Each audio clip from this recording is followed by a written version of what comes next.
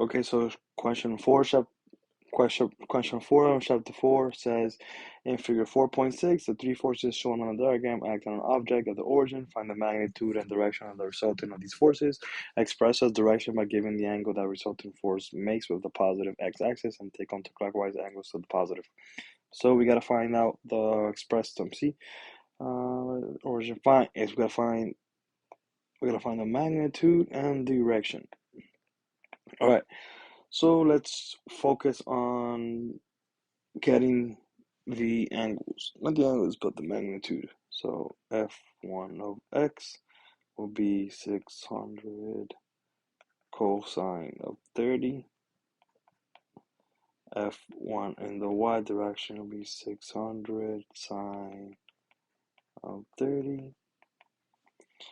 We have the fx2 in the x direction, which is going to be 200 cosine 180 and the negative x.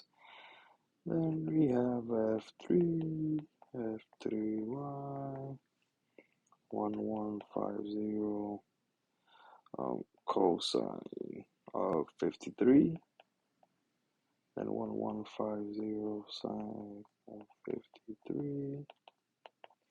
So I already did this problem, so this comes out to 519.6, 300, negative 200, negative 6, 9, 2.08, negative 575. All right, so we're just gonna add up the same. See, force makes a positive x-axis. So basically, when you sum up, to find the magnitude, remember, it's gonna be Fn of, let's say, magnitude A squared plus magnitude B squared. Let's just say this for example. Why is it coming like that? Okay, I don't know why is it like that. So, okay, that's better. So, like I said, already did this problem. Once you add your A's and your B, or your X's and your Y's, you're gonna get negative 3.7, 2.5 squared plus, this is my Y, so it'd be 618.4 squared. This is my magnitude.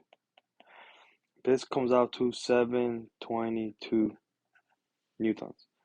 And to find the counterclockwise, no, not counterclockwise, but to find the direction, all you're going to do is tangent, arctangent, which is going to be 618.4 over 372.5, which comes out to 239 degrees. So remember, this value is the resultant of my x. These values are resultant of my y's. This is my x, this is my y, this is my x, this is my x, this is my y.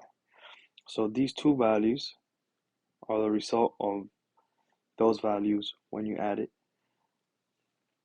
So my magnitude will be